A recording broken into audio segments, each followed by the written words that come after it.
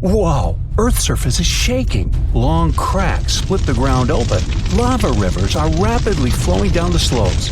Deafening noise is filling the air. Rocks and other debris are flying high up. Clouds of volcanic gas and ash cover the sky. Now, this is not a plot of a blockbuster disaster movie. It's what happens when supervolcanoes decide to erupt. But this is likely not the scenario that will take place when the world's largest volcano, Mauna Loa, decides to finish its long nap. In 2021, scientists were sure it would happen soon, but so far, nothing. The volcano's seismicity keeps increasing and then going back to normal.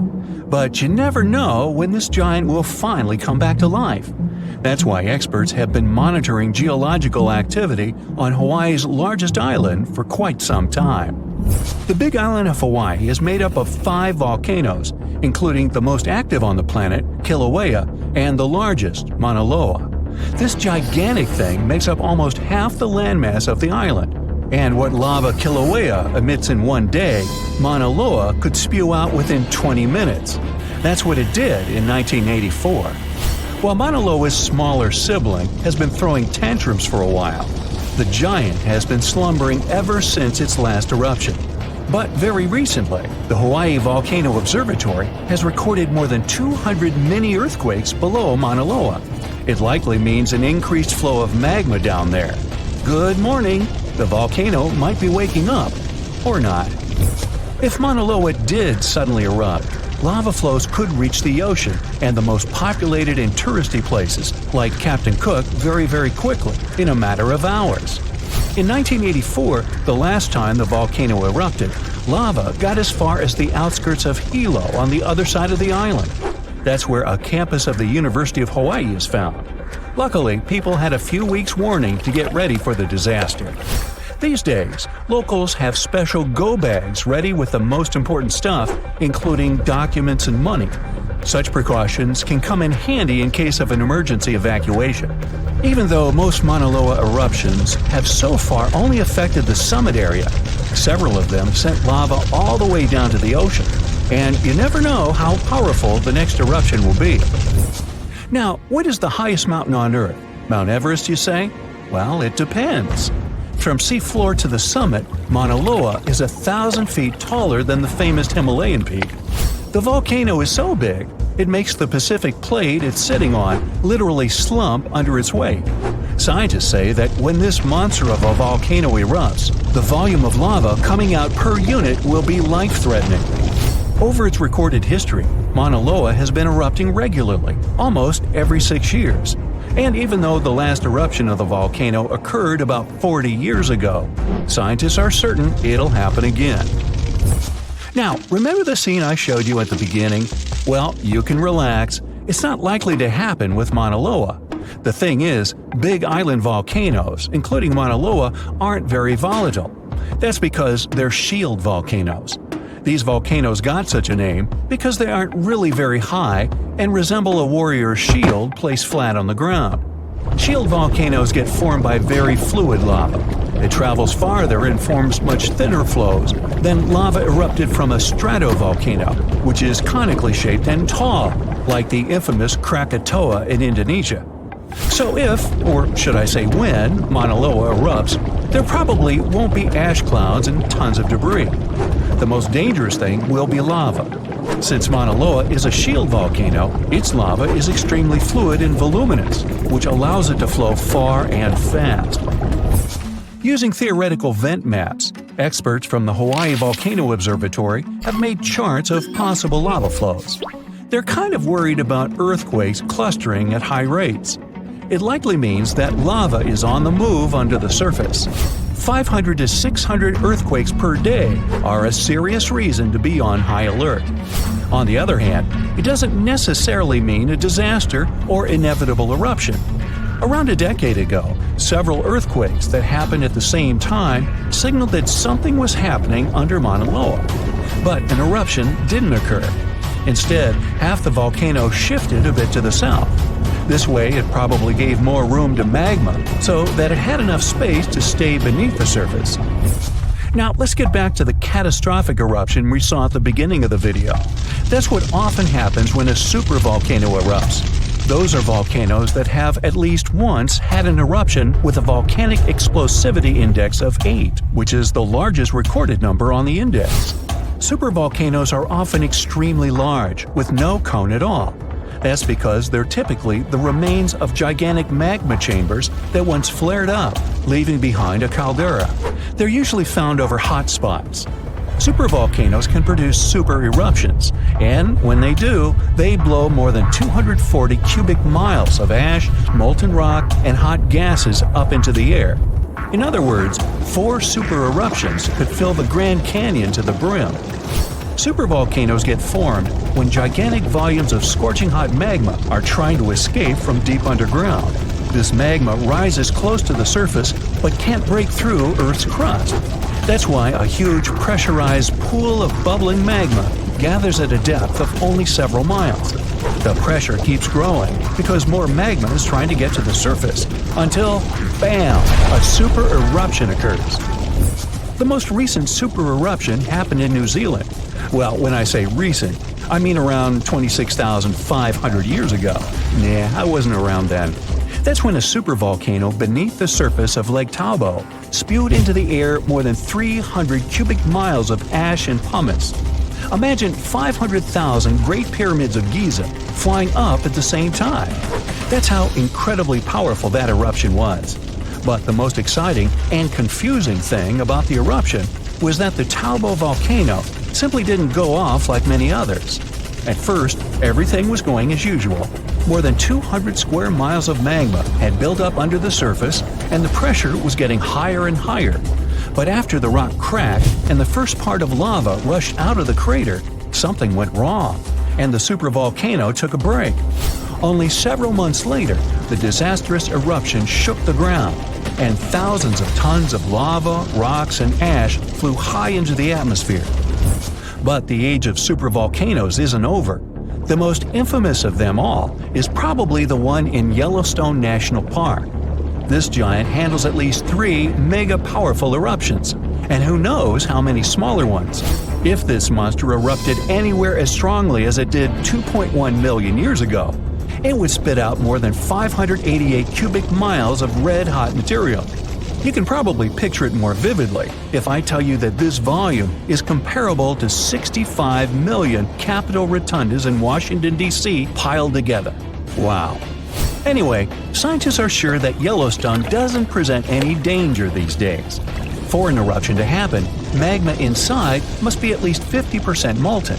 With the Yellowstone caldera, this number is just 5 to 15%. But of course, Yellowstone isn't the only supervolcano on our planet. There's also New Zealand's Toba you already know about, Japan's Caldera, California's Long Valley, Indonesia's Toba. Any of them can one day produce a super eruption.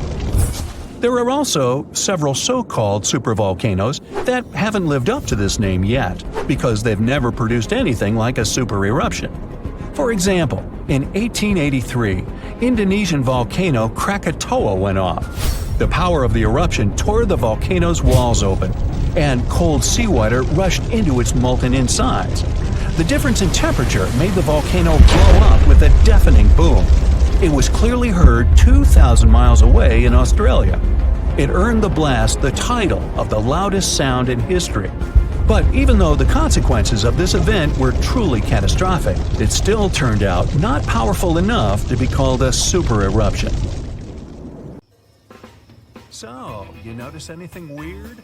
Recently, there have been alarming changes in the water levels in different parts of Yellowstone Lake. At the same moment, the water level can be rising on one side of the lake and falling on the other. Ooh, it looks as if the lake basin gets lifted by some underground forces. Can it be a sign of a looming disaster? Geysers, mud ponds, and hot springs turn Yellowstone National Park into some extraterrestrial world. And all these wonders are fueled by a mighty supervolcano. Supervolcanoes produce super eruptions. When it happens, they launch more than 240 cubic miles of ash, molten rock, and hot gases up into the air. To make it easier to imagine, 4 super eruptions could fill the Grand Canyon to the brim. The Yellowstone giant was thought to be responsible for at least 3 enormous eruptions and countless smaller ones. In that region, the volcanic deposits are scattered over tens of thousands of miles. Scientists believe they had been created by many weak eruptions. But after doing more research, experts found out these deposits had been left by 2 previously unknown supereruptions. Those probably took place about 9 and 8.7 million years ago. This discovery means that the area around the Yellowstone volcano used to face a supereruption every 500,000 years. But over the last 3 million years, the hotspot has seen only 2 supereruptions. It makes scientists believe these catastrophic events are slowing down, or just maybe one is overdue. Anyway, if the Yellowstone supervolcano went off with as much power as it had 2.1 million years ago, it would spit out more than 588 cubic miles of boiling lava. That's more than 4,500 times the volume of Sydney Harbor. That's a lot of lava. Whether it's likely to happen or not is another question. There's no doubt that something is going on with the volcano. The water level changes in Yellowstone Lake mean the caldera is lifting under the surface. And the caldera is what's left over after a volcano erupts and then collapses. The Yellowstone caldera is not just going up, creating a dome-shaped uplift. It also moves up and down in a kind of breathing motion. It might be because the magma is seeping into the crust, or because this magma is heating up the Yellowstone hydrothermal system, making it expand and raise the crust. Yellowstone has the status of an active volcano. Its volcanic explosivity index is 8 out of 10. Such a high number means that if this volcano erupted, it would be an apocalyptic event. Right before the disaster, the ground around the national park would lift. Geothermal pools and geysers would heat up to boiling temperatures and get more acidic than usual. The magma would start to rise toward the surface. At some point, the rock roof of the magma chamber wouldn't be able to resist anymore, and the explosion would kick off. A massive column of lava and ash would shoot up to a height of over 16 miles. After that, the volcano would keep pumping ash for days on end. The mixture of lava, ash, and gas would be hotter than 1,800 degrees Fahrenheit. It would travel through the area at a speed of 300 miles per hour, faster than a racing car. The air near the center of the eruption would heat up to 570 degrees Fahrenheit. One of the most dangerous consequences would be ash fallout. Volcanic ash can turn into glassy cement within seconds after being inhaled and getting in the lungs. People and animals would have problems with breathing. Okay, so that's an understatement, just so you know. Buildings would start to collapse under the weight of this dense substance.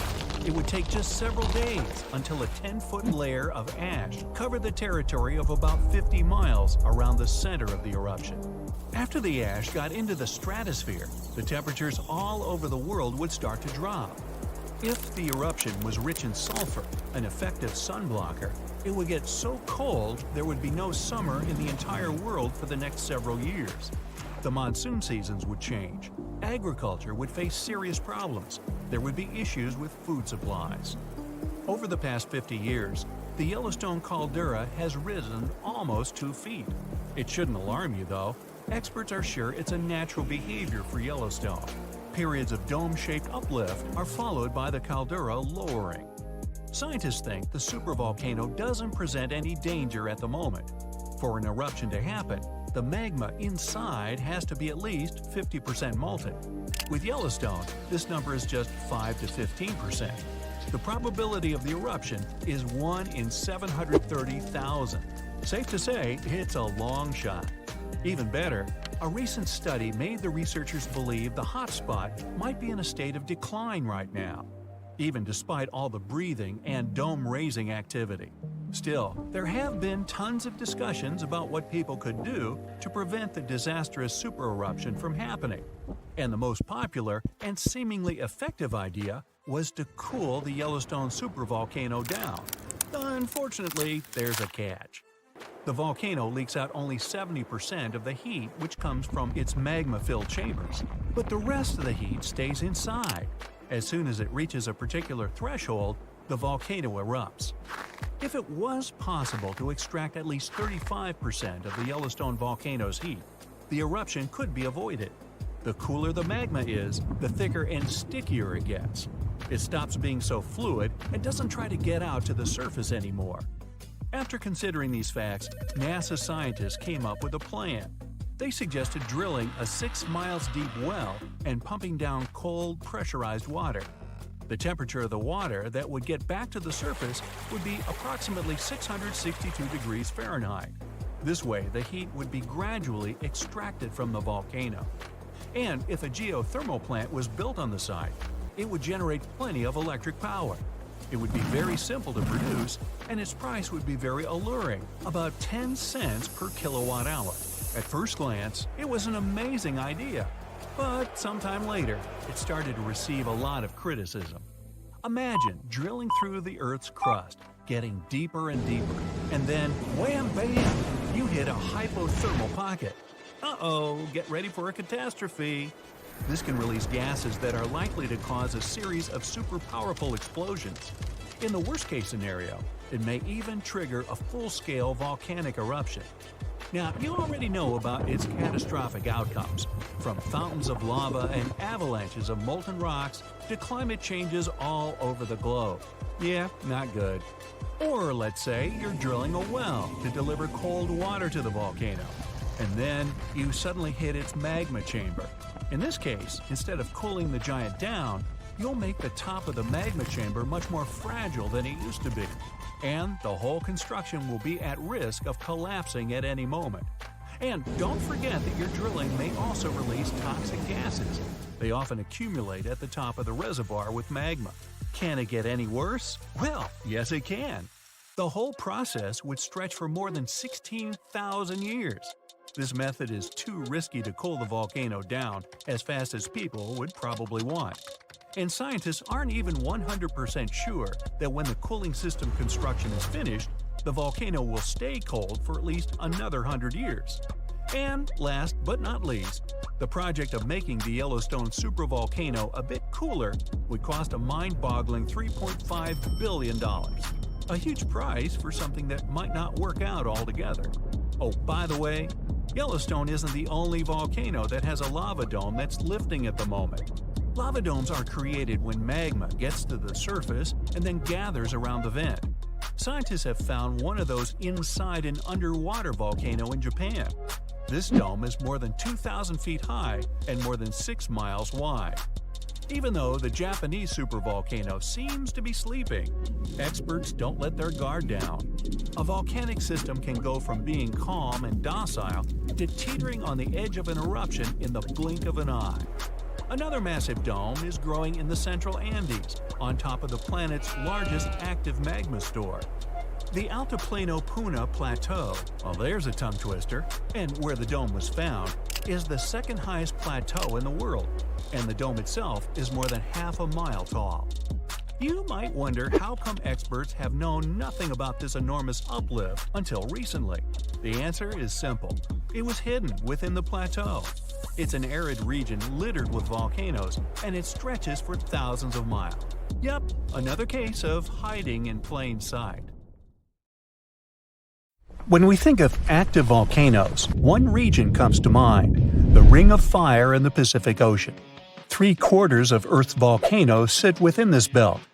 Compare the area to Australia, which doesn't have any volcanic activity. The old continent of Europe is also calm, or at least we like to think so. Can you guess what the most active volcano in Europe is? If you thought of Mount Etna on the island of Sicily in Italy, you were right. The volcano has erupted about 200 times and has been far from sleeping in recent decades. The last time this happened was in August 2023. The highest mountain in the Mediterranean is 500 million years old. But in Iceland, there is a much younger volcano. It sprang into action on the 10th of July 2023. In the afternoon, 3 fissures appeared in the ground on a peninsula in the southwest of the island. This was at a base of a small mountain peak. Its name means Little Ram in the local language. The volcano spewed molten lava high into the air, There were also gas plumes in the area, but the scientific community wasn't surprised by the event. They already knew about the volcanic area that stretches between the cities of Reykjavik and Keflavik. Its name is hard to pronounce. Hey, I want to buy a vowel. It had already erupted during the previous 2 summers. This activity came after 8 centuries of dormancy. In the days leading up to the latest eruption, seismologists, the scientists who study earthquakes, recorded over 12,000 tremors. When the ground opened up in July, the fissures were over 1.5 miles long. The following morning, 2 of them closed. All the lava was now coming out of the last fissure. It grew into an elongated cone, the simplest shape of volcano we are all familiar with. The lava soon filled a large crater. It grew almost 100 feet tall during the first week, and it is still growing. On the night when the eruption started, lava spread out in all directions. Its cinders set ablaze the dry moss in the vicinity. Local authorities closed off the surrounding area. There were toxic gases from the volcanoes and smoke from the burning moss. Firefighters flocked to the area. After a week, they proclaimed the area safe. Visitors soon came to witness the birth of Europe's youngest volcano. This form of tourism is quite developed in Iceland. People come from all over the world to watch active volcanoes. The land of fire and ice is home to more than 130 volcanoes. Some 30 of them are active. Now, I know what you're thinking right now. Is volcano tourism safe? In Iceland, it is. The country's authorities research and constantly monitor all of the hotspots. The island is dotted with several dozen seismic stations. These help researchers accurately predict future eruptions, and emergency services are accustomed to these sorts of events. They can quickly cordon off danger zones. This is what happened in 2010. A volcano in the south of the island, the name of which everyone struggled to pronounce, erupted. It spewed out a plume of steam and ash that was 7 miles high. This wasn't a fun time to be an air traveler. Winds carried the enormous plume southeast toward northern Europe. Many countries closed their airspace for several days for safety reasons. The volcano erupted in March, but the Earth was shaking from January the same year, so seismologists knew that an eruption was approaching. When it comes to the continent's youngest volcano, the tourist infrastructure is already there. Visitors can leave their cars at a designated parking lot. Then they go on a 5-hour-long trek. This leads to a viewing deck. Tourists are so close to the epicenter that they can feel the heat haze from the crater. The sight is the most impressive at nighttime. Safety is never a concern. Scientists regularly chart out hazard maps that outline the borders of lava fields. This way, visitors who stick by the rules are never in harm's way. More than a week after the eruption started, a section of the crater collapsed. Lava flowed downhill west of the volcano. This majestic smoldering hot river is slow-moving lava. Scientists categorize it as an AA type. The term is Hawaiian. It describes basaltic lava that has a rough and brittle surface. The flow is composed of broken lava blocks that are called clinkers. They fall off as the substance flows. This reveals red-hot areas. The cooler sections of lava are gray and black in color. When it moves forward, it produces a distinctive sound like shattering glass.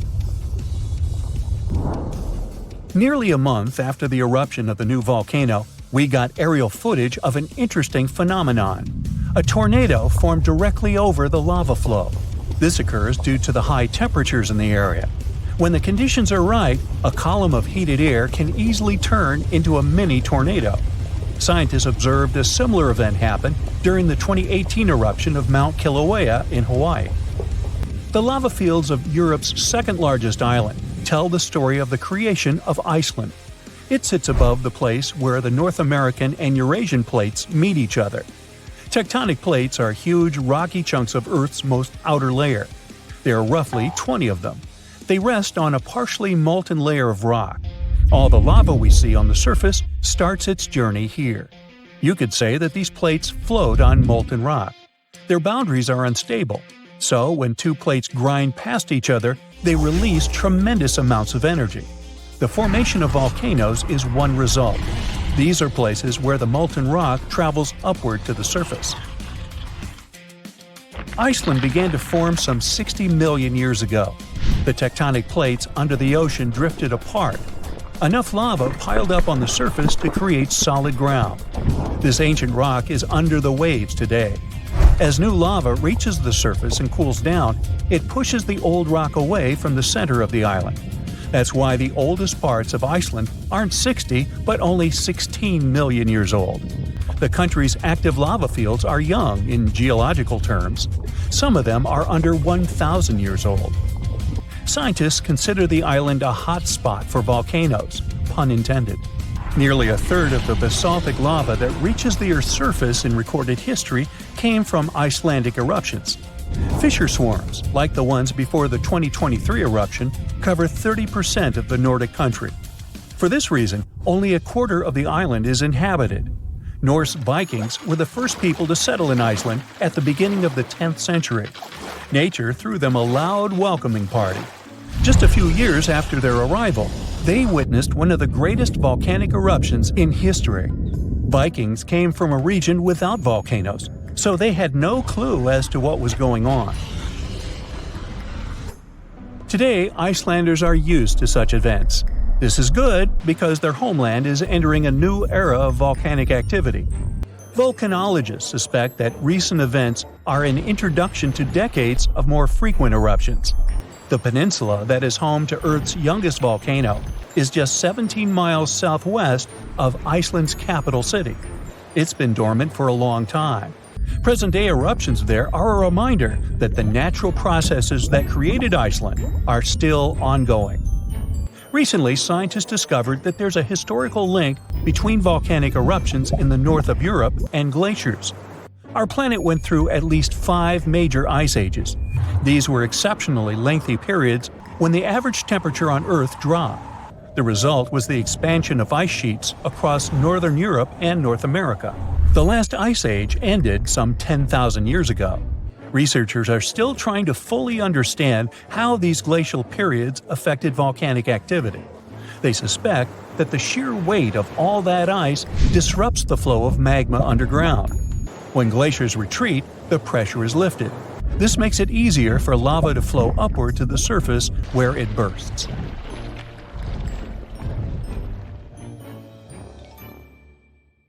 Can you imagine that all modern humans came from about 1,000 people? Around 800,000 to 900,000 years ago, almost all of our ancestors disappeared, leaving about 1% of the population behind. So, what the heck happened? The Earth often goes through glacial cycles, things that we call ice ages. Back in the past, they were pretty mild and happened regularly, about every 41,000 years. The ice ages happened because of the Earth's axis. Our planet is slightly tilted at an angle, which is why its axis isn't straight up. Over thousands of years, this tilt has changed a bit. This teeny-tiny shift completely changes how much sunlight we receive, especially at the poles, and leads to incredibly strong cold or warm periods. About 2.6 million years ago, when early humans were settling in on Earth, the Pleistocene epoch started. That's the era we traditionally call the Ice Age, the one from the movies. Large ice sheets completely covered parts of North America, Europe, and Asia. It wasn't constant ice everywhere all the time. These glacial cycles came and went, and sometimes ice sheets melted for a while. But overall, things were still much snowier and colder compared to now. We can still see the evidence of this from back in the day. Those glaciers carved out valleys and left behind some awesome things like moraines and fjords. And since sea levels were super low, a huge part of the world was land. This allowed people and animals to travel between continents and spread everywhere. It was the time of the megafauna. You all know about it from the movies. Woolly mammoths, saber-toothed cats, giant ground sloths, and mastodons. Our ancestors had some fun times hunting all those giants. Now, humans didn't come from one lineage. It wasn't like monkeys slowly turned into humans.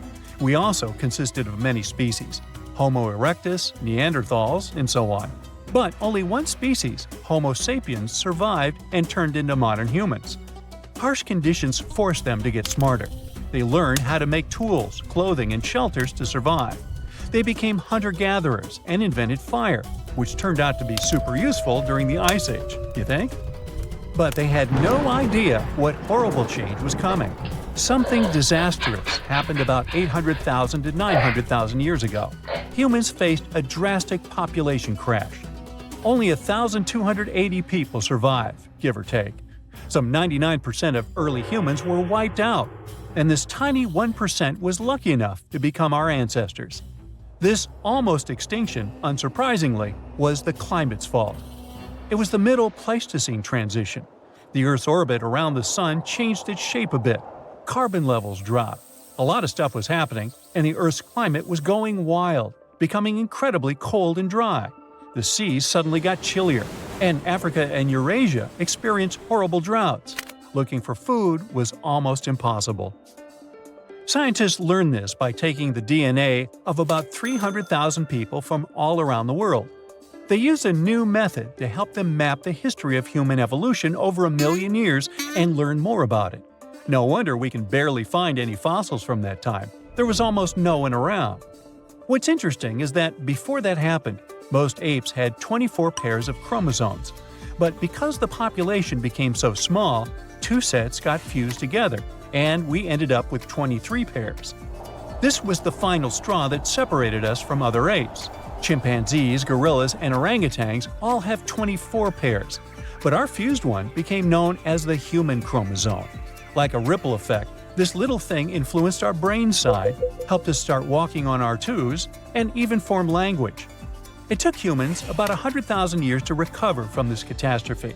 Only after all that time, they started spreading around again. Isn't that insane how we managed to go from 1,000 to 8 billion people? In any case, the Ice Age finally ended about 11,700 years ago. The warm period, called the Holocene, began. As things got warmer, human civilizations finally began to develop. 5,000 years ago, it was ancient Egypt, then the Indus Valley Civilization, ancient China, and others. And while we've been thriving for a while, there's one catch. The Middle Pleistocene transition changed the length and intensity of glacial cycles. Before the transition, sure, there was the Ice Age, but the cold was milder, and the glacial cycles were shorter. Things got covered in ice sheets about every 41,000 years. But after the transition, the glacial periods became longer and more severe. These cycles started following a new pattern. Although they happened every 100,000 years, they were super intense. Ice sheets grew large, even extending to the south. So from now on, ice ages that will continue to happen in the future will be a bit different. The next one should be at least 50,000 years from now, maybe longer. It's good for us because it'll occur later. But at the same time, the consequences will be stronger. What our ancestors went through is called a population bottleneck. That's what we call a sudden and huge reduction in the size of a population. Usually it happens because of things like earthquakes, floods or droughts, fires, and even human actions. Just a few people survive, and only they can pass their genes to future generations. And we've got plenty of such bottlenecks in history. Our modern species, Homo sapiens, originally lived in Africa. Around 60 to 80,000 years ago, a small group of them left Africa and spread across the world. It wasn't on a whim, though. They had to move somewhere because of the droughts and huge climate problems in Africa at that time. They had to go look for food and find new places to live. They traveled through the Middle East, moving into Europe and Asia, and eventually reaching Australasia and the Americas. They quickly settled across different continents and started mixing with local human-like species, like Denisovans and Neanderthals. But there was a problem. Originally, the African species were super genetically diverse, but since only a small part of them decided to move out, they carried just a bunch of these diverse genes with them. Unfortunately, this caused a bottleneck for everyone. Human-like species from other parts of the world became less genetically diverse. Since they had a smaller gene pool, they became more vulnerable to all the harmful stuff. The African population also had a drop in genetic diversity. But at least humans managed to survive. Although eventually, non-African populations really dropped, and there were no Neanderthals or Denisovans left, only us, Homo sapiens. That's why we can say that all modern humans came from Africa. Early humans sure had it rough. About 74,000 years ago, they went through yet another disaster, the Toba catastrophe.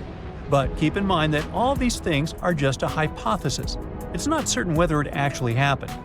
Now basically, scientists think that there might have been a supervolcanic eruption at Lake Toba in Sumatra, Indonesia. This volcano going crazy was an absolute catastrophe for Earth's climate and humans. The eruption was one of the most powerful volcanic events in the last 2 million years. It spewed out from 670 to 1,500 cubic miles of lava and volcanic stuff. Just so you know, there are about 3,100 cubic miles of water in our planet's entire atmosphere, and this eruption had almost half as much lava. This horrendous disaster led to the formation of Lake Toba, a massive caldera lake in Sumatra. It also spewed out tons of ash and sulfur dioxide into the atmosphere. This caused the so-called volcanic winter, which means that while it's not actually winter, the temperatures drop and the planet is freezing because all these ash clouds are blocking the sunlight from reaching the Earth. This event affected climate patterns for years to decades. This also most likely sped up the arrival of the next glacial cycle. Luckily, humans are crazy good at surviving. The global human population was reduced to a few thousand people yet again, and they still managed to overcome this. What makes a giant, well, a giant? You know, big, enormous, you get it. Tough questions. It depends on who you ask. The ancient Greeks had cyclops, while ogres were spread out through all sorts of European folklore tales. The tallest person ever recorded was named Robert Pershing Wadlow, and he lived in the first half of the 20th century. He stood at an incredible 8 feet 11 inches tall, but had many medical issues throughout his life. Sadly, he only lived to celebrate his 22nd birthday. That's because Robert wasn't just tall. He had a condition affecting his human growth hormone, which didn't particularly make his life comfortable. Robert even had to wear leg braces in his adult years. During that same time, incredible discoveries were reported in North America. Some people claim to have uncovered weird-looking skeletons, much larger than previously associated with human beings. It immediately raised the question, did giants really used to roam our planet? Our story begins with the idea of a mound builder race. Some scientists back in the day claimed that these massive earthworks in places like the Mississippi Valley, called the Grave Creek Mound or the Great Serpent Mound, were built by some sort of prehistoric type of human, much larger and stronger than us Homo sapiens are today. From around 1812 to the 1860s, almost everyone in America writing about history was covering this mound-building race. However, not everyone agreed with the theory. There was this naturalist named Benjamin Smith Barton, for example, who warned about jumping to conclusions about giants. He believed that just because people discovered some big bones, they shouldn't immediately think of giants. But people didn't listen. Really? They simply wanted to believe about huge human-like creatures, despite not having any real scientific evidence. Newspapers were filled with these giant stories. They described finding giant skeletons, even featuring weird body parts. Con artists took advantage of the whole frenzy, with some putting together skeletons out of wood and rawhide and touring them as proof of the long-lost race of giants. Eventually, in the 1930s, an anthropologist from the Smithsonian took it upon himself to debunk the whole mystery. And his conclusions were straightforward. All those giant skeletons that were supposedly uncovered were either hoaxes or simply animal bones that were wrongly identified as belonging to humans. He also said that those who claimed to have discovered ancient giant remains were just not that good with human anatomy. You would think that's how the story ended. Well, it didn't. You see, people became so convinced that giants existed that they simply could not let go. Sound familiar? Because the Smithsonian was investigating these claims, some people started thinking they were up to something shady. They cooked up this theory that the Smithsonian scientists were secretly getting rid of giant bones to hide the truth about giants. This whole story survived through the years and made it all the way to 2014. Is when this internet article said that the Smithsonian used to have tons of giant skeletons but destroyed them back in the early 1900s. And the drama continued.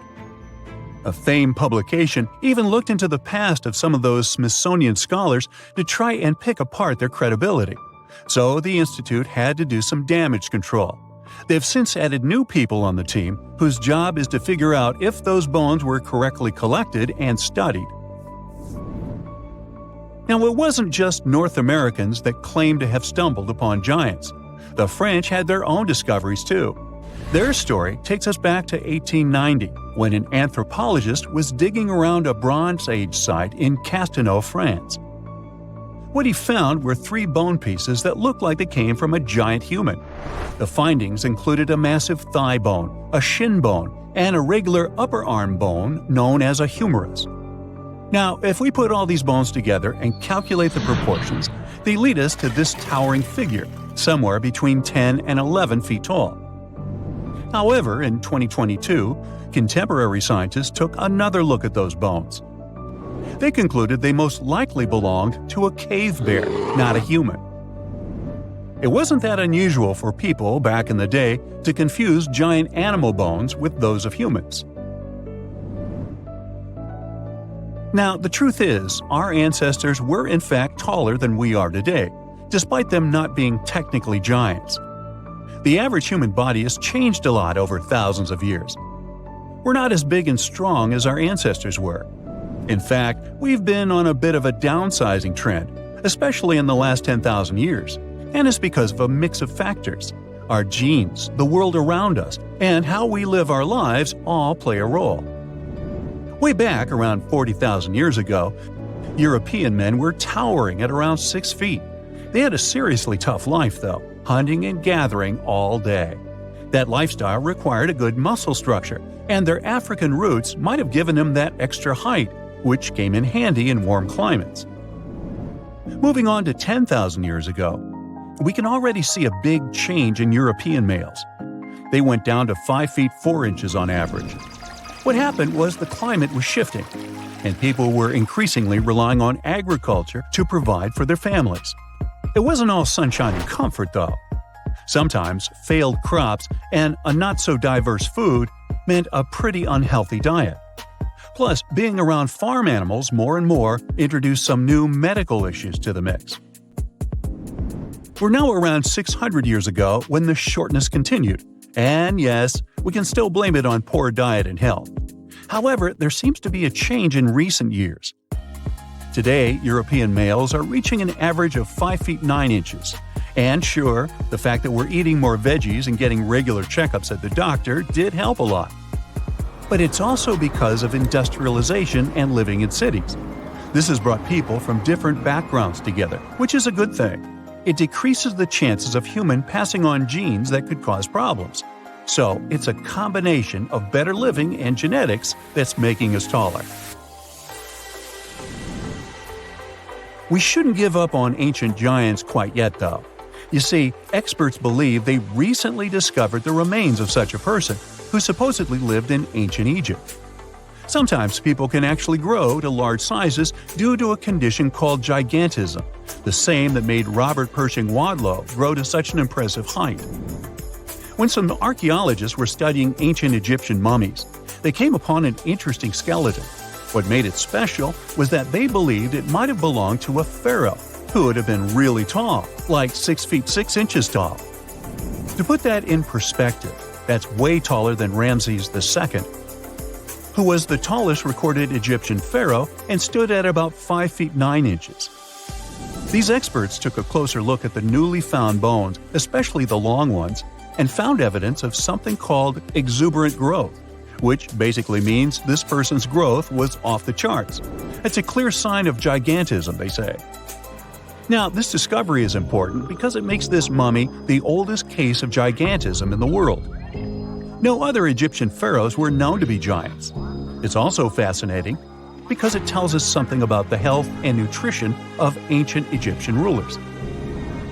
See, those pharaohs were probably better fed and healthier than regular people, which might explain why they could grow taller than the average person. Now, you might be wondering if being a giant had any drawbacks back then. Well, it's hard to say. I wasn't around then. Still, during those early dynasties in Egypt, They seem to prefer shorter people, especially in royal service. There are a lot of ancient Egyptian stories featuring short-statured leaders and even higher spirits that locals looked up to. The reason why is still a mystery that we might never fully solve. But since this mummy was found in an elite tomb, it's possible that being a giant didn't have a social stigma attached to it at the time. Maybe he was, in fact, seen as special. The largest volcanic region on Earth is not in Africa or Japan, but under the ice of Antarctica. Scientists found 138 volcanoes in its western part, and if they decide to go wild, you'll surely notice it.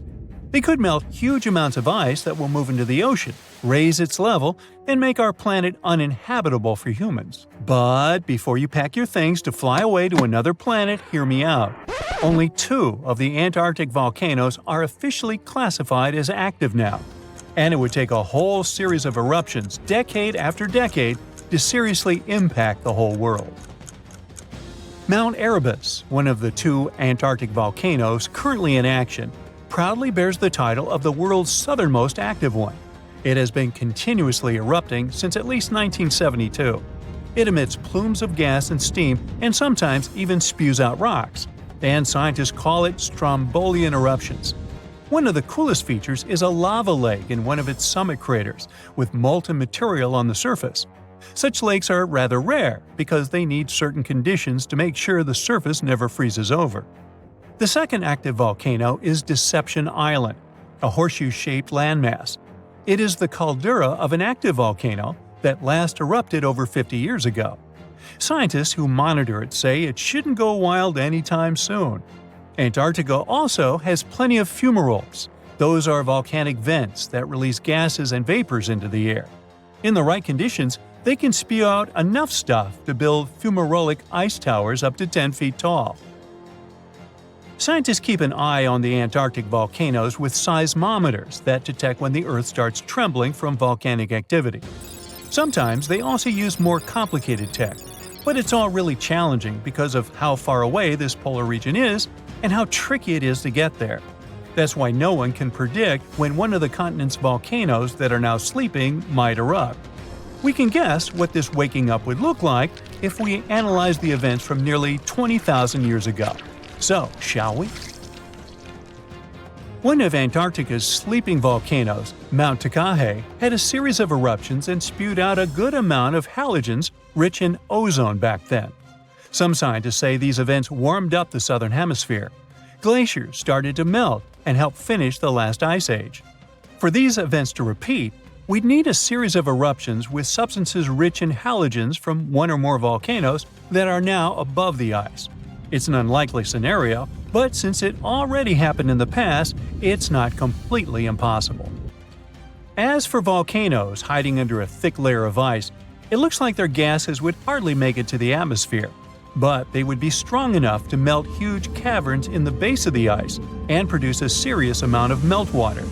The West Antarctic ice sheet is wet and not frozen to its bed, so this meltwater would work as a lubricant and set the overlying ice into motion soon. The volume of water that even a large volcano would generate in this way is nothing compared to the volume of ice beneath it. So a single eruption wouldn't make a difference. But several volcanoes erupting close to or beneath any of the western Antarctica's big ice streams would. Those ice streams are rivers of ice that take most of the frozen water in Antarctica into the ocean. If they change their speed and bring unusual amounts of water into the ocean, its level will rise. As the ice would get thinner and thinner, there would be more and more new eruptions.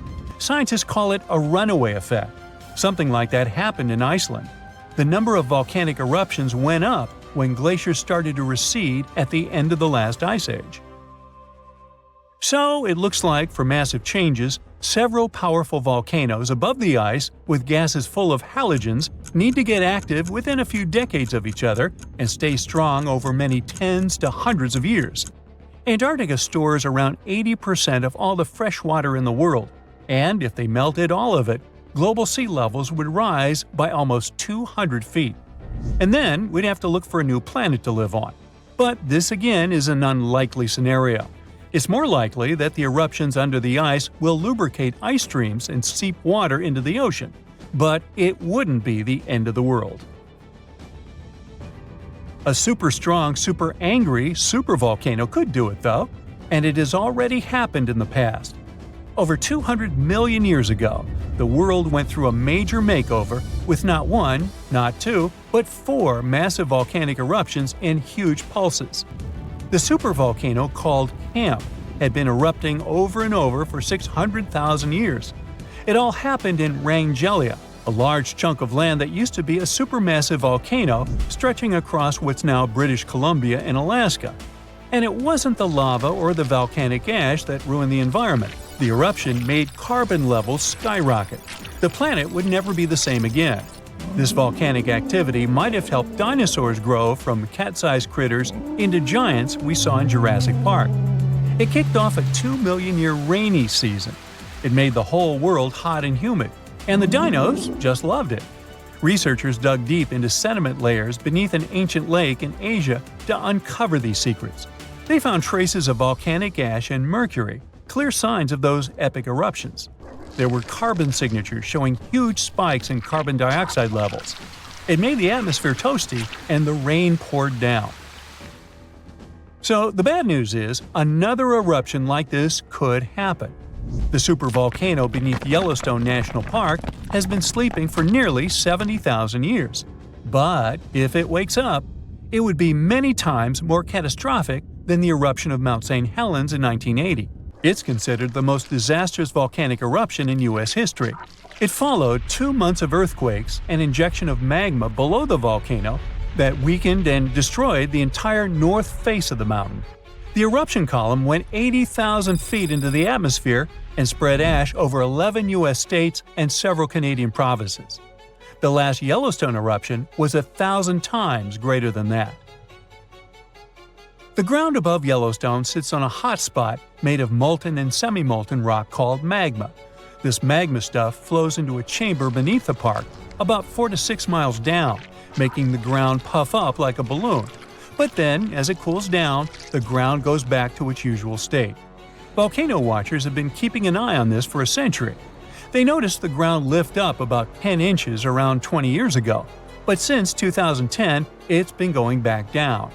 The experts say we have no big eruptions on the horizon, so doomsday isn't coming anytime soon. But there's some underground activity going on lately which keeps us interested.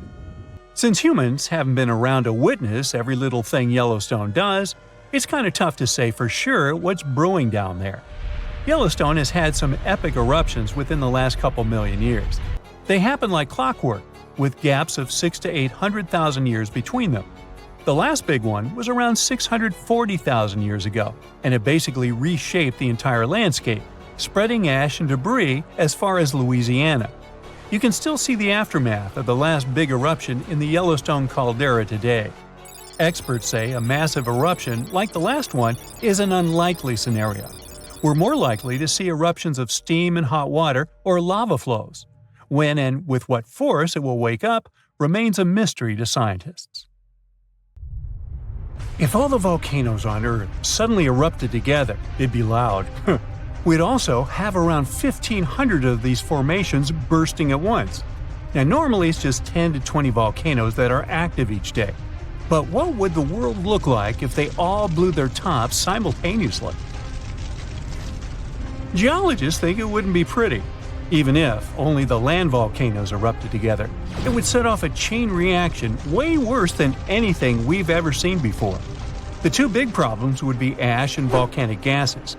While the explosions in lava would be damaging for people nearby, the real danger lies in what happens next.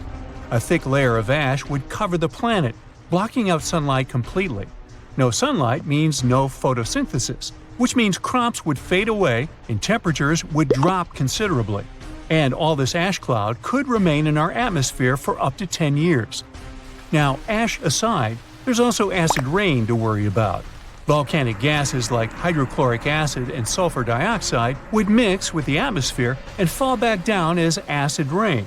This type of weather would harm the groundwater and ocean surfaces. Even if humans would find a way to survive up to this point, we'd have no corals and no other sea creatures around. Scientists have seen similar events in Earth's history at a smaller scale. Big volcanic eruptions have been linked to mass extinctions. When Mount Pinatubo erupted in 1991, it cooled parts of the world for 2 years. But the extra carbon dioxide from these eruptions could also heat the planet, the same way we turn our stoves to broil for that extra crispy layer on our casserole. Geologists also mentioned that there's evidence in our atmosphere that stuff like this may have happened in the distant past. During the Cretaceous period, carbon dioxide levels were way higher than today, which made it difficult for marine life to thrive. Who would survive all this?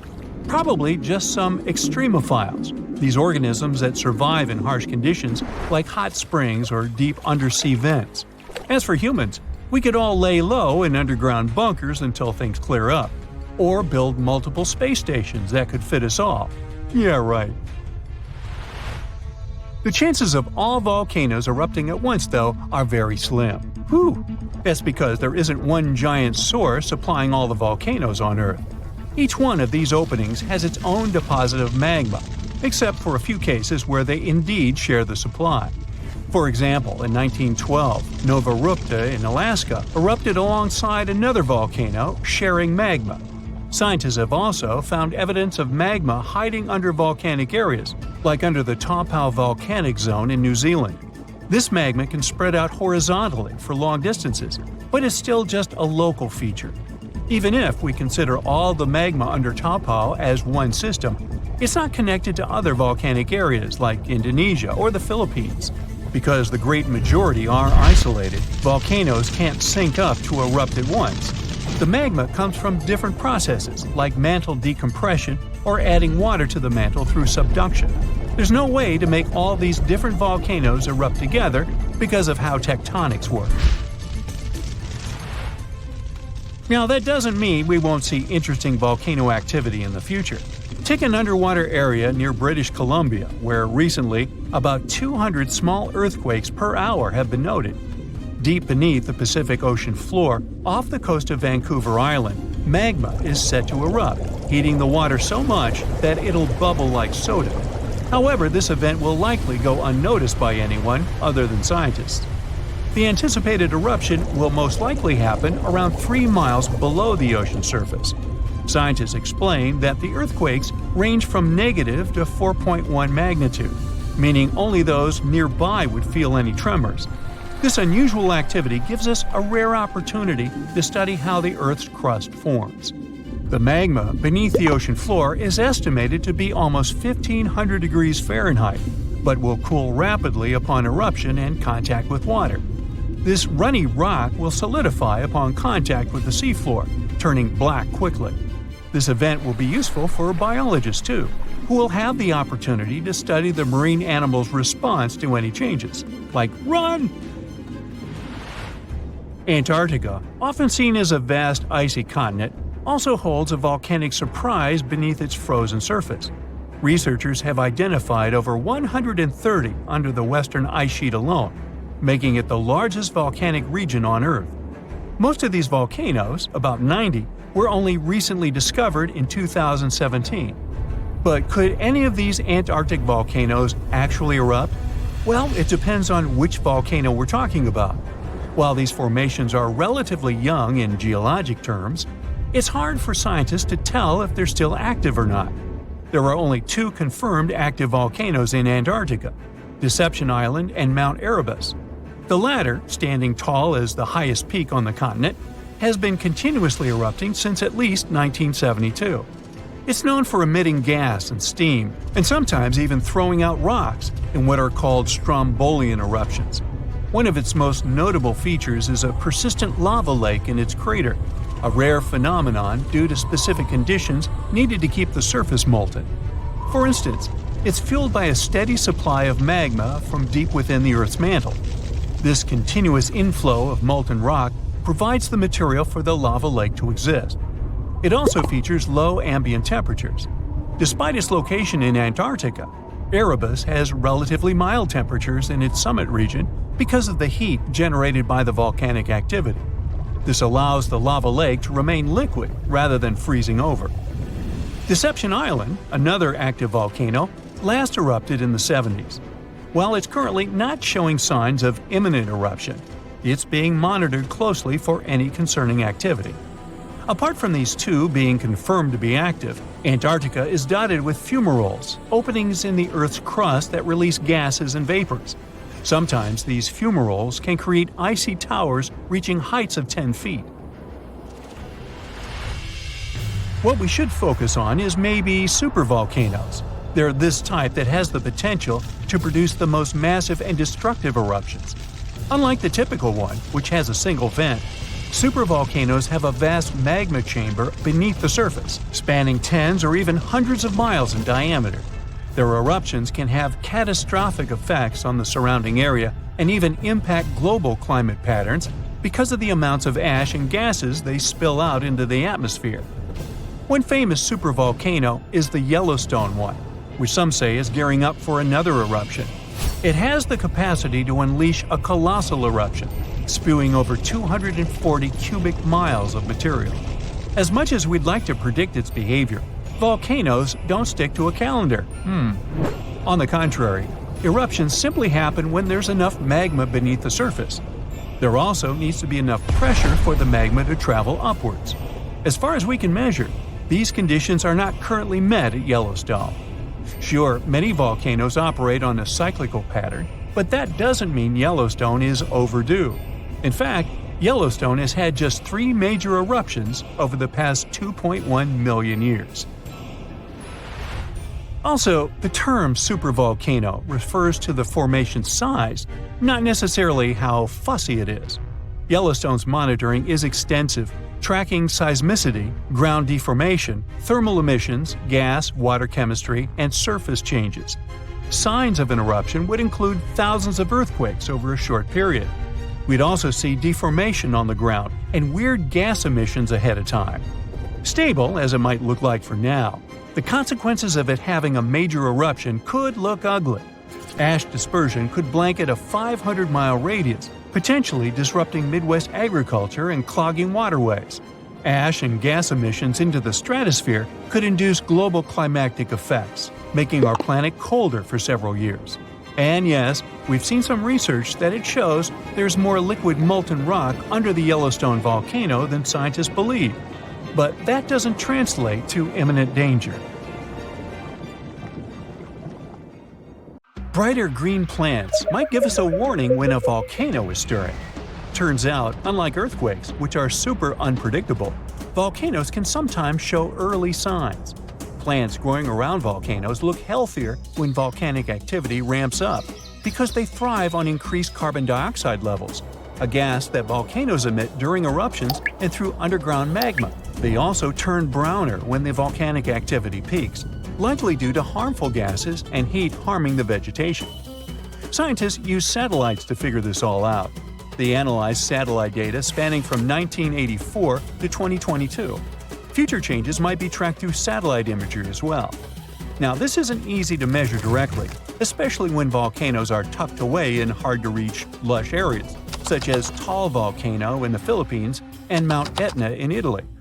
This way, plants could give us a heads up about volcanic eruptions years before they happen.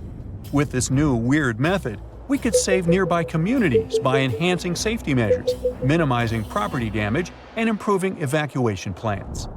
Volcanoes and plants are often tied in mysterious ways. For example, volcanic eruptions in Krakatoa, Indonesia, gave a surprising boost to saguaro cacti in Arizona's Sonora Desert, even though they're thousands of miles away.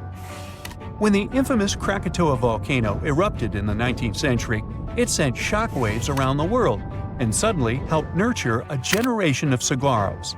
These incredible cacti can be up to 40 feet tall as adults, but they start life as tiny seedlings that struggle to survive in the desert's harsh conditions. However, thanks to the cooler and wetter conditions caused by volcanic eruptions like Krakatoa, they can get unbelievable growth spurts. Chillier summers and milder winters that follow such eruptions create perfect conditions for young saguaro, which usually don't make it due to extreme heat and cold. But volcanoes not only influence plants, they're also Earth's jewelry makers. Deep beneath the surface, in the fiery heart of a volcano, conditions are just right to form dazzling gems. When volcanoes erupt, they can bring these treasures up to the surface. One of the most famous gems created by volcanic activity is the diamond. They're usually found in rare type of volcanic rock called kimberlite, which forms deep within the earth under extreme pressure and temperature. Millions of years ago, kimberlite eruptions, small but powerful volcanic events, hauled diamonds from deep within the earth. This created sources for many of today's diamond mines. Now, these eruptions didn't happen just anywhere, but originated from the stable hearts of continents, known as cratons. They were bursting forth from as deep as 75 miles underground. Fueled by a mix of carbon dioxide and water, they were like natural rockets, blasting through the earth to form carrot-shaped channels filled with diamond-laden rocks. Recently, scientists have delved into why these eruptions happen. They suggested that the breakup of ancient supercontinents like Pangaea disrupted the mantle's flow underneath, triggering these spectacular kimberlite eruptions. When a volcano that hosts kimberlite erupts, it can propel these precious stones toward the surface, where we eventually find them. There are other gems that can be found in solidified lava, like peridot, a bright green stone that forms in the molten rock of the upper mantle and is brought to the surface by volcanic activity. There's also obsidian, a shiny glass-like rock that forms when lava cools rapidly. And then there are some insane rocks, like the ones that can hold water in them, even in lava. The deeper we dive in volcanoes, the rarer are the gems we can find. If we dive into the thick layer known as the mantle, we might find olivine, a resilient, pretty green mineral that makes up about half of this layer. It loves high temperatures and happily forms in lava, eventually crystallizing into the igneous rocks we find scattered across the Earth's surface thanks to volcanic eruptions. As olivine cools, it starts to crystallize. Sometimes these crystals are tiny, but other times they grow large and can be polished into beautiful gemstones used in jewelry or industrial processes like metal casing. But as we venture deeper, about 250 miles down, olivine undergoes a fascinating transformation. Here we encountered the layer that's called the transition zone. In the transition zone, the pressure is intense and the heat is on the rise. In this place, olivine morphs into exotic materials like wadleysite and ringwoodite. They show a lovely blue-green hue and a glossy sheen.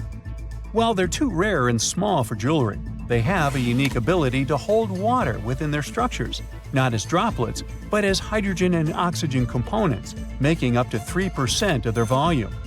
Later, it turned out that the transition zone is not just a pressure cooker for minerals, it's a giant sponge, holding a vast underground water reservoir. This was a groundbreaking discovery. You get the pun? This hidden water doesn't form an ocean as we know it, but suggests vast amounts of water are stored deep within the Earth. Volcanoes can help us learn more about life not only on our planet, but on others as well. In the fiery heart of Costa Rica's Poas volcano lies Laguna Caliente. This hydrothermal crater lake is among the most brutal environments on Earth. We've got a whole bunch here: scalding temperatures, toxic minerals, and water so acidic it can corrode metal. But despite all that, there's a few tough microorganisms that manage to thrive in these conditions. And this remarkable survival has caught the attention of scientists because it might just hold clues about life on Mars. Scientists are studying these extreme microbes. Turns out they've developed a myriad of genetic adaptations to withstand their harsh surroundings. They have genes that help them process everything, from sulfur and iron to carbon and bioplastic granules. All these things could be crucial in environments as challenging as Mars. NASA's Perseverance rover is currently exploring the crater rim of Jezero crater on Mars. Previously, we looked for Martian life signs in places like old stream beds and river deltas. However, the discovery of Laguna Caliente suggests that we should probably look for life in the remnants of ancient Martian hot springs as well. These spots might have once had the right cocktail of heat, water, and energy sources that are thought to be essential for kickstarting biology. Volcanoes can help planets in many ways, but they can also destroy life. Scientists believe that volcanic activity was one of the main reasons for at least 3 of Earth's 5 mass extinctions. Take the mass extinction of dinosaurs. We're used to blaming it on the Chicxulub meteorite, but there's a chance it could have been caused by volcanoes. The consequences of the eruptions can be horrifying. Mount Tambora, located on the Indonesian island of Sumbawa, erupted in 1815 and was the most powerful eruption ever recorded in history. This massive eruption was so strong it ejected between 8 to 11 cubic miles of material. It was so loud that the sounds of the eruption were heard as far away as Sumatra, over 1,600 miles distant. Before its catastrophic eruption, Tambora had been dormant for centuries, and its magma chamber slowly cooled and crystallized. This process built up immense pressure inside the volcano. It was eventually released in a series of terrifying events starting on April 5, 1815. The climax came on April 10th, when massive plumes of ash and pumice were thrown into the atmosphere. The aftermath of the eruption was dire. Tsunamis devastated the surrounding area. It's estimated that around 4,600 people passed away immediately from the eruption itself, with ash fallouts affecting air quality and water sources across the region. This event came down in history as the year without a summer. This was due to the vast amount of sulfur dioxide Tambora ejected into the stratosphere. It created a veil of aerosols that reflected sunlight and significantly lowered global temperatures. A similar thing happened to our planet 66 million years ago, during the dinosaur extinction. The sky turned black for months. I mean, I wasn't there, but that's what they say. So, you might have heard that Yellowstone National Park is sitting on top of a giant supervolcano. That's a reason why the area can boast powerful geysers and hot springs. But it also means that underneath Yellowstone, there is an enormous magma chamber. In 2015, researchers from the University of Utah found out that this chamber was much bigger than everyone had previously thought. They even found one more reservoir with magma under the top one. Apparently, the more spacious the chambers are, the more magma they contain. Together, the two reservoirs store a glob of magma that could easily fill the Grand Canyon not once, but 11 times. But you know the most worrying thing about the magma chambers? They tend to push against the ground above them.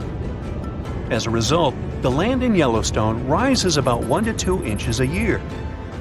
On top of that, Yellowstone has the status of an active volcano, and its volcanic explosivity index, yes, there is one, is 8 out of 8. Such a high number means that if this volcano erupted, it would be an apocalyptic event. To put it into perspective, the eruption of Pinatubo in the Philippines in 1991, which is considered the most powerful in living memory, was given a mere 6 on the volcanic explosivity index. Ha, loser. Now, let's figure out if there's anything to worry about. In March 2023, the University of Utah seismograph stations recorded 354 earthquakes in the entire region of Yellowstone National Park. Sounds like a lot. But keep in mind that the most impressive event of the month was a mini earthquake of magnitude 3.7. It was part of a swarm of 106 earthquakes that began on March 29th and continued until the end of the month. Yep, earthquakes apparently also come in swarms, so be aware. Experts say that Yellowstone's seismic activity is, well, kind of more active than usual, but it's really nothing serious. A geophysicist working at Yellowstone Volcano Observatory called Michael Pollan claims that the volcano won't erupt anytime soon. For this to happen, there must be enough magma ready to erupt beneath the surface. Whew. There should also be enough pressure to cause this magma to rise. But neither of these conditions exist today. According to the expert, Yellowstone is stable now.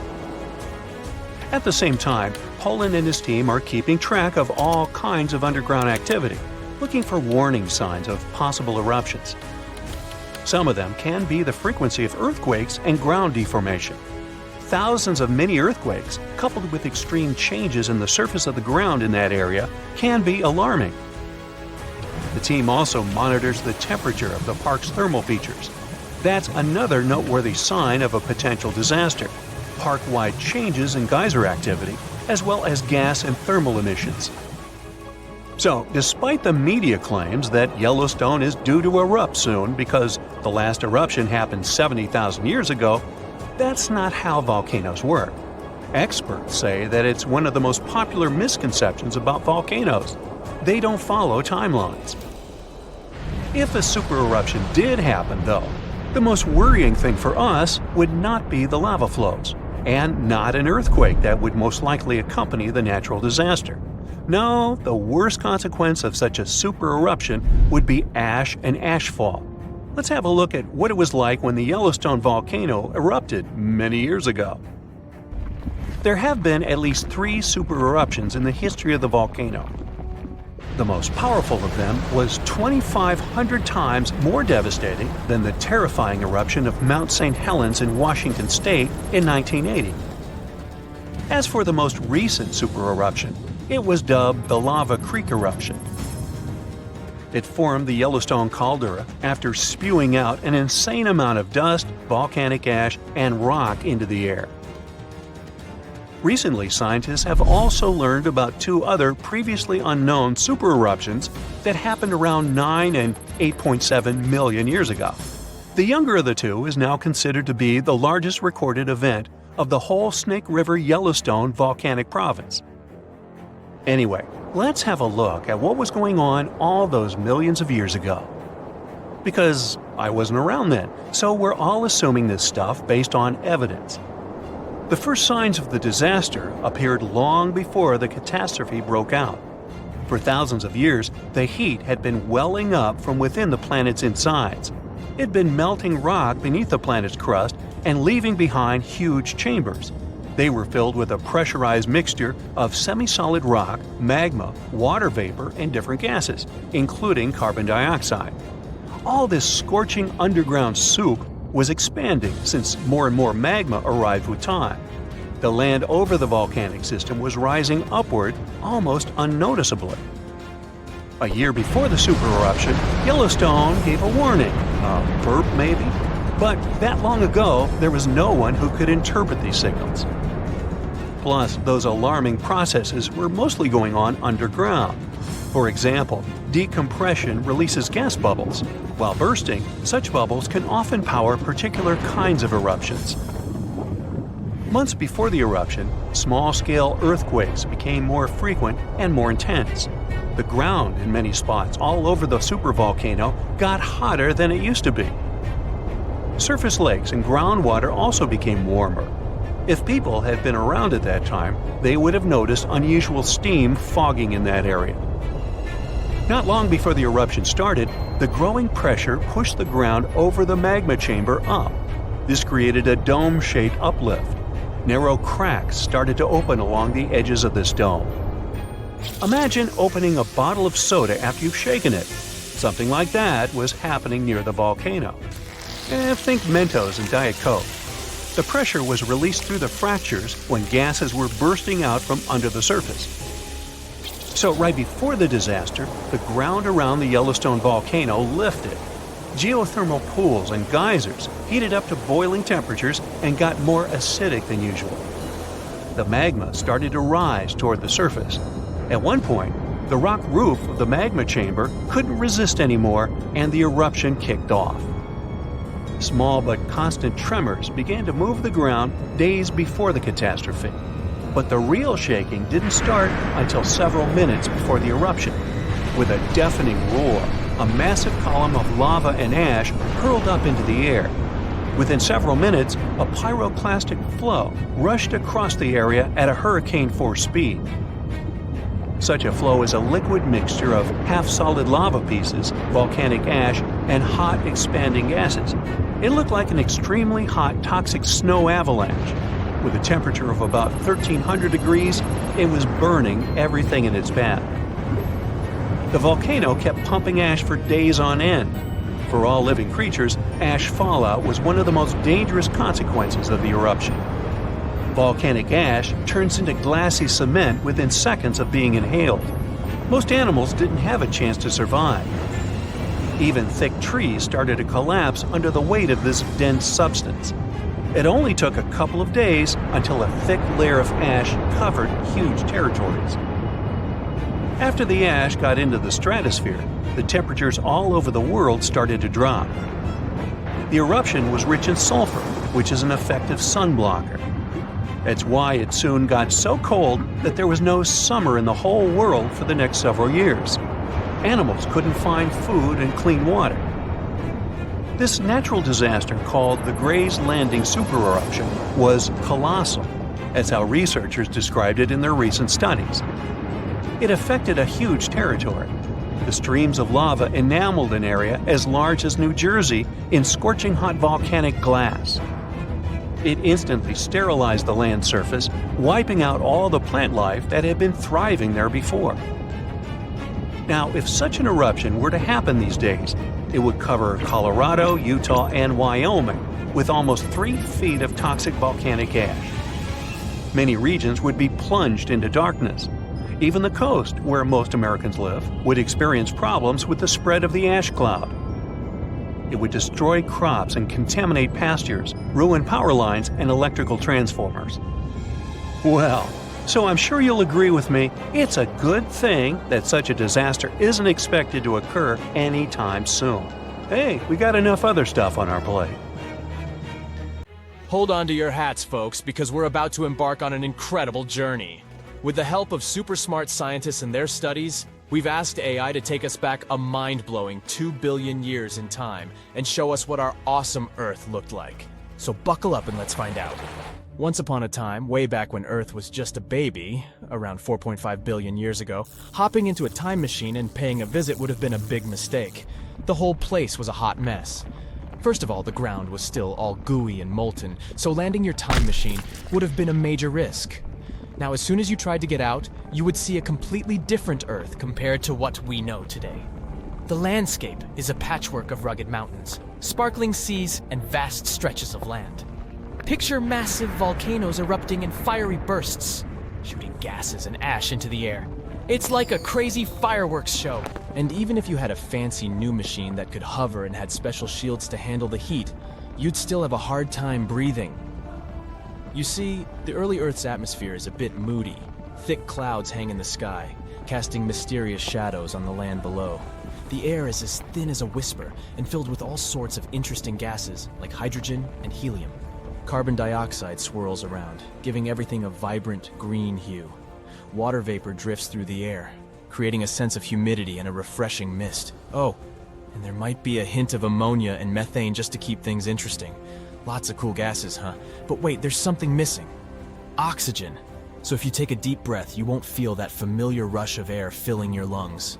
On land, there are no lush forests or towering trees just yet. Instead, you find rugged, rocky terrains.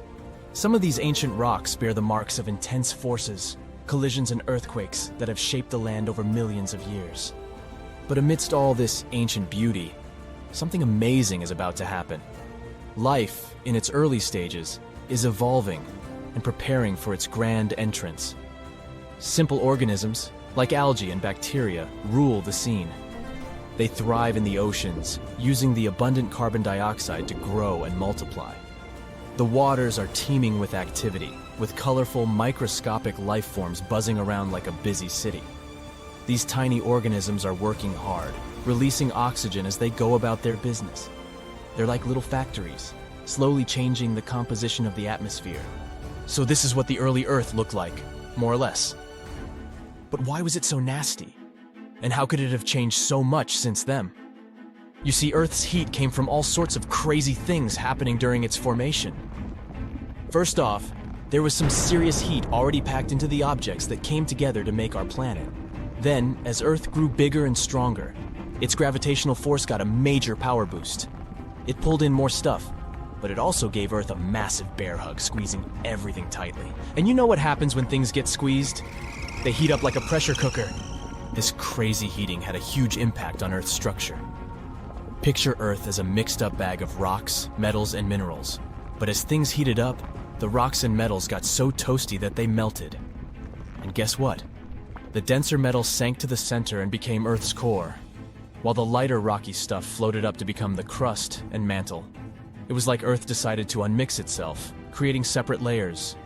Scientists call this wild separation differentiation. But the heating didn't stop there. With all this mixing and moving around, Earth got even hotter.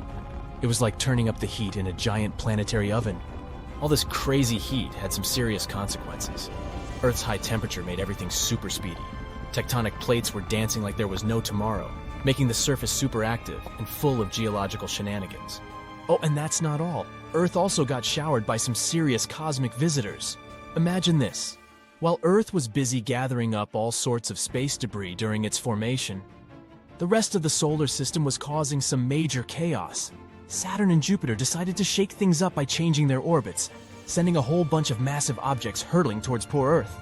These collisions were no joke. They packed a punch that melted minerals in Earth's crust and even vaporized them. These booms were so intense that they even blew gases right out of Earth's atmosphere. Talk about a wild fireworks show. Believe it or not, we can still spot ancient battle scars from these collisions. It takes some careful detective work, but we can catch a glimpse of their aftermath. For example, there's this place called the Manitsok Crater in Greenland. Even though there's no actual crater to see, we can examine rocks that were chilling 12.5 to 15.5 miles below Earth's surface back in the day. And guess what? They bear the marks of intense and sudden shock. Now that's some tough neighborhood. The wildest collision of them all was with a planet called Theia. Theia, about the size of Mars, crashed into Earth with a mighty bam! It was a colossal event that changed everything. Theia's metal core fused with Earth's core, while the outer layers of both planets got shattered and tossed into space. The result? A beautiful ring of debris encircling Earth. Now here's the coolest part. That debris didn't just float around forever. It started to come together, like puzzle pieces finding their match. And voila, we got our very own moon. Can you believe it? And this incredible moon-making process might have taken as little as 10 years or even less. Crazy, isn't it? Scientists call this whole moon-forming extravaganza the giant impact hypothesis. So next time you gaze at the moon in the night sky, remember that it's actually a huge chunk of our own planet. And by the way, Earth also had quite the adventure trying to create its atmosphere. In the beginning, our planet's first attempt at an atmosphere didn't go so well. It had a thin layer of hydrogen and helium that came along with all the stuff it gathered. But those gases were like sneaky escape artists and decided to float away into space. Bye-bye, gases. Luckily, Earth didn't give up. It went for a second round, and this time it was much more successful. Volcanic eruptions came to the rescue. They spewed out all kinds of gases like water vapor, carbon dioxide, and a whole bunch of other funky ones. Even meteorites and comets joined the party, bringing lots of water and nitrogen to the mix. Earth's atmosphere was becoming quite the party. But here's the funny thing. There was no oxygen to be found during the second experiment. Nope, not a single breath of it. The oxygen that was produced by the sun's rays splitting water molecules got gobbled up by chemical reactions faster than you can say, oxy-bummer. It wasn't until Earth's third experiment came along, life, that things started to change. Photosynthetic organisms took center stage and used all that carbon dioxide in the air to make their food. And guess what? They released oxygen as a sidekick. Eventually, the organisms started belting out so much oxygen that it overwhelmed the reactions, and it began to fill up the atmosphere. It took a while, though, and it wasn't until about 350 million years ago that we got the oxygen levels we have today. About 21% of the air we breathe. So, from fiery volcanoes to mysterious oceans, this glimpse into the past reveals an Earth vastly different from the one we know today. It's fascinating to explore the ancient landscapes and imagine the early stages of life taking shape. Thanks to AI, we can catch a glimpse of Earth's remarkable history and appreciate the wonders of our ever-changing planet. So, stay tuned for more interesting journeys. The latest super eruption of Yellowstone occurred 640,000 years ago, and it was long before Homo sapiens saw the light of day. But we were around during another, no less devastating natural disaster. This super eruption took place on the island of Sumatra around 74,000 years ago. That's when an erupting supervolcano wreaked havoc on huge territories, sending up plumes of debris and ash that spread for thousands of miles and caused temperatures on the planet to plummet. The effects of this super eruption were visible as far away as southern Africa. experts believe they could have impacted early humans there. By the time the volcano erupted, our ancestors had already been using stone tools and had likely known how to produce yarn. And some specialists even think that the Toba super eruption was so powerful it could push our ancestors to the brink of extinction. They claim that Toba might be the largest volcanic eruption to occur on Earth within the last 2 million years. The eruption disgorged so much pyroclastic rock it would be enough to cover the entire United States to the depth of a one-story house. About a third of that deposit piled up on northern Sumatra, while a lot more ended up beneath the floor of the Indian Ocean. The super eruption left an elliptical crater lake around 60 miles long. The caldera is so large it's hard to feel that you're indeed in a volcano. Pumice deposits from the eruption remain in the canyon walls and go deep below the ground. There aren't many arguments about the amount of pumice and ash involved in this disaster. At the same time, experts aren't sure how much sulfur ended up in the atmosphere. Even some sulfur layers in the polar ice could be potential candidates, but so far, scientists haven't found any connection between them and Toba. But let's get back to the dramatic impact the super eruption had on early humans. It turns out some not only survived but even thrived after this natural catastrophe, at least judging by the artifacts they made during and after the eruption. The disaster might not have posed a serious threat to those of our ancestors who took refuge along the coast. Genetic evidence hints that modern humans descend from a few thousand people that ventured out of Africa around 60,000 years ago. Why just a few thousand? According to some experts, the rest of our ancestors could have been devastated by the Toba eruption. After all, the supervolcano spewed out 1,000 cubic miles of dust and rock in a flash, leaving a scar in the ground that was dozens of miles wide.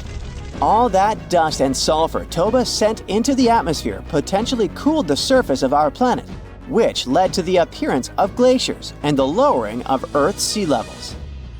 And since Toba might have had an important role in shaping humankind, scientists have been working hard trying to understand precisely how early humans reacted to this disaster.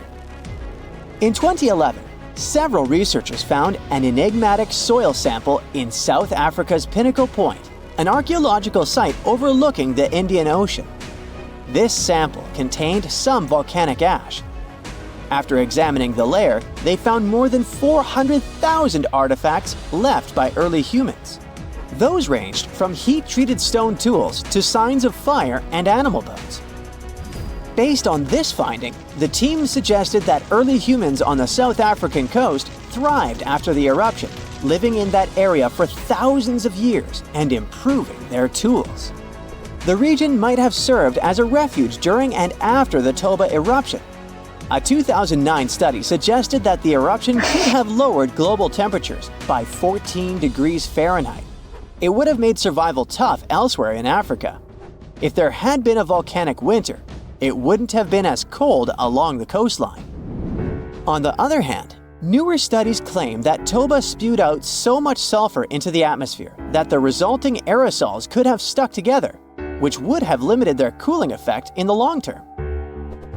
In other words, right after the eruption, temperatures would have plummeted, but only in some regions. And after 3 years or so, the effects of the eruptions would have calmed down altogether, becoming not dangerous to humans. Well, apparently, more research is needed. Meanwhile, let's figure out if we should watch out for any volcanoes these days. Last year, thousands of small earthquakes shook the ground near Iceland's Svartsengi geothermal power plant. Magma rose to the surface there, and now it has opened wide fractures slicing through the small town of Grindavik. The ground there is still swelling, and an eruption might happen with little notice. But of course, that's not all. Over the planet, 45 other volcanoes keep rumbling. For example, Italy's Vesuvius, that infamous thing that finished the city of Pompeii in 79 CE. Over the last 17,000 years, the volcano has experienced 8 explosive eruptions, followed by powerful pyroclastic flows. dense masses of super hot ash, lava fragments, and gases flowing at high speeds. The volcano's last eruption happened in 1944. Mount Rainier is one of the most dangerous volcanoes in the USA. Its high elevation, chemical composition, and proximity to Washington's Seattle and Tacoma suburbs, and the volcano's ability to produce massive pyroclastic flows make Mount Rainier a threat to consider. The heat from this volcano could potentially melt the ice and snow covering it, leading to rapid downstream flows of debris, mud, and rocks. The Novarupta volcano in Alaska's Katmai National Park and Reserve formed in a 1912 eruption, which was the world's largest in the 20th century. The volcano sent almost 7 cubic miles of ash and debris into the air. It also produced such a powerful ash flow that it created the Valley of 10,000 Smokes. Mount Pinatubo is located in a populated region in the Philippines. It became notorious after a 1991 massive eruption, which was the second largest eruption of the 20th century. More than 700 people lost their lives during that natural disaster. Today, more than 21 million people live within 62 miles of Pinatubo. Mount Agun, a continuously erupting volcano in Indonesia, had its last major eruption in 1963. It was one of the most tragic eruptions in the country's history. It lasted for 11 months, producing ashfall and pyroclastic flows that led to the loss of more than 1,000 lives and serious property damage. People saw ash plumes above the volcano throughout 2018, following the eruption in November 2017. Japan's Mount Fuji hasn't erupted since 1707. That year, a massive earthquake likely set it off.